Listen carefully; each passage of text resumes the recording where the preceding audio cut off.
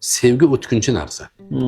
Sevgi shunday bir chiziqki, uni vaqti kelsa sevgi ham deyishingiz mumkin, vaqti kelsa nafrat ham deysiz. Chunki o'ta qattiq seva olgan odam o'ta qattiq nafratlarni ham oladi. Bitta chiziq ustida bu. Bu bilan oila turmaydi.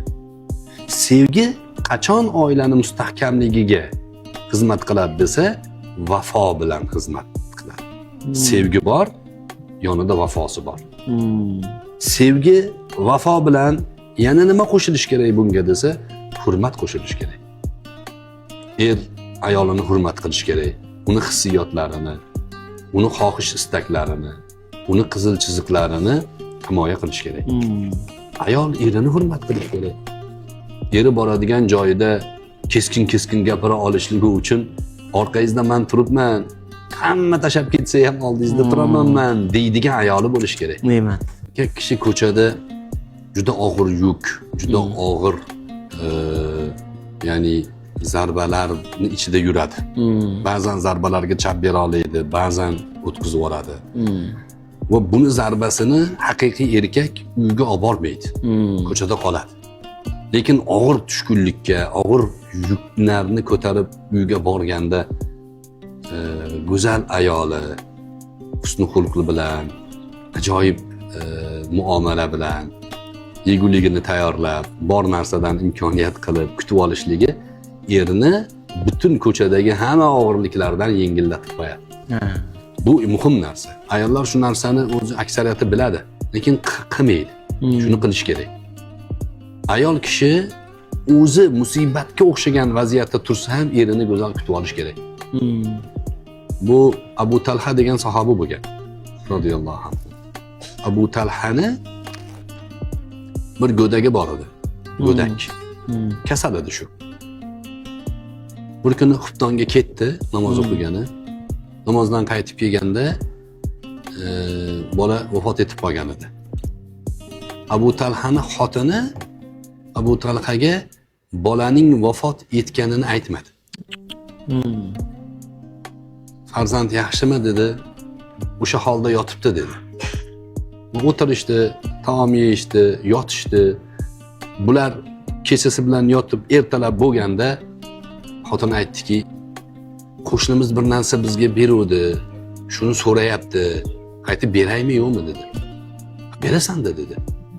Xafa bo'lmaysizmi qaytib berib yuborsan dedi. Yo'q, xafa bo'lmayman. Nima xafa bo'laman? 12 dedi.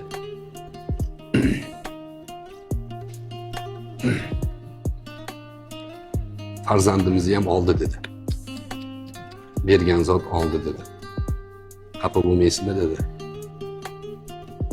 Yo'q dedi.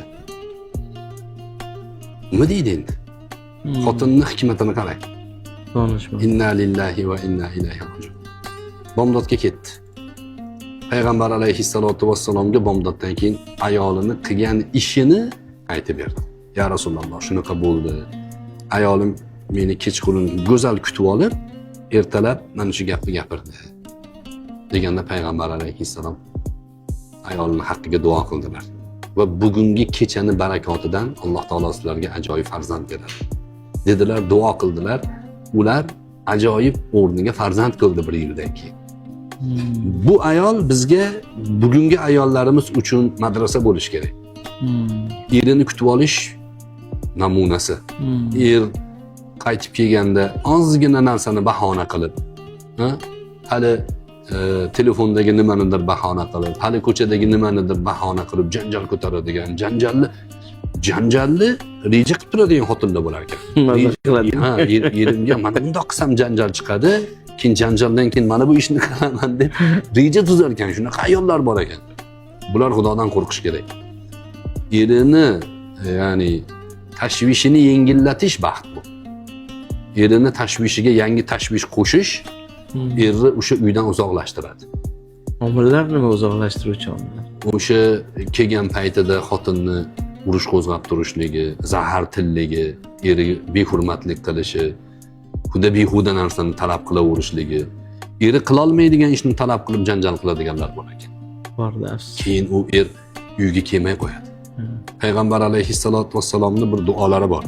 Ko'p suhbatlarda ham aytganman, balki bu oldingi suhbatlarda ham aytgandirman. O'rni kelgan uchun aytyapman, bir kishi ya Rasululloh haqqimga duo qiling degan. Payg'ambar alayhissalom yasa uka baytuk deganlar. Uying seni sig'dirsin deganlar. Qarang, uy sig'dirishlik uchun o'sha ayoling yaxshi bo'lsin degan ma'no ham bor ekanda bitta. Ayol yomon bo'lsa, erkak kech kirgan sari yuragi qorong'ib tushadi. Yana shu xotinning oldiga boraman, yana shuni ya deb yuragi siqilishi boshlaydi. Uyga sig'may qoladi. Kegiz kelmaydi. O'tkir Hoshimovning zo'r tashbihi bor. Bir kun deydi, bozorda bir ayolni ko'rdim deydi. Umrimda bunaqangi go'zal ayol ko'rmaganman deydi. Shunaqa endi qoshlari ajoyib, ko'zlari ohu, juda chiroyli deydi. Keyin bir zaman haligi ayol kim bilandir urushib qoldi deydi, og'zidan shunaqa gaplar chiqyapti. Adi kirib bodi chiqyapti deydi. Endi haligi xotinga qarasam shunaqa xunuk ekan deydi. Insonni simmetriyasi, tashqi ko'rinishi go'zal bo'lishligi har doim ham erni qanoatlantirmaydi. Erni ayolining go'zal axloqi qanoatlantiradi. Go'zal axloq bo'lsa, kegiz kelaveradi, gaplashgisi kelaveradi. Axloqi, tarbiyasi go'zal bo'lsa, yonma-yon o'tirib gaplashgisi kelaveradi. Kech bo'lishini kutadi. Quyoshga qarab qo'yadi, botmayapti-ya, uyga borishim kerak deb. Ana shunaqangi ayollar bo'lishligini, ya'ni tarbiyasini qilishimiz kerak. Shunaqa qizlarni yetishtirishimiz kerak. Qizlarimizni turmushga berayotganimizda mana shu tarbiya bilan berishimiz kerak. Biz bergan qizlarimizni xonadoni keyin baxt misoliga aylanadi. Haqiqiy xotirjamlik maskani bo'ladi. Aylanadi.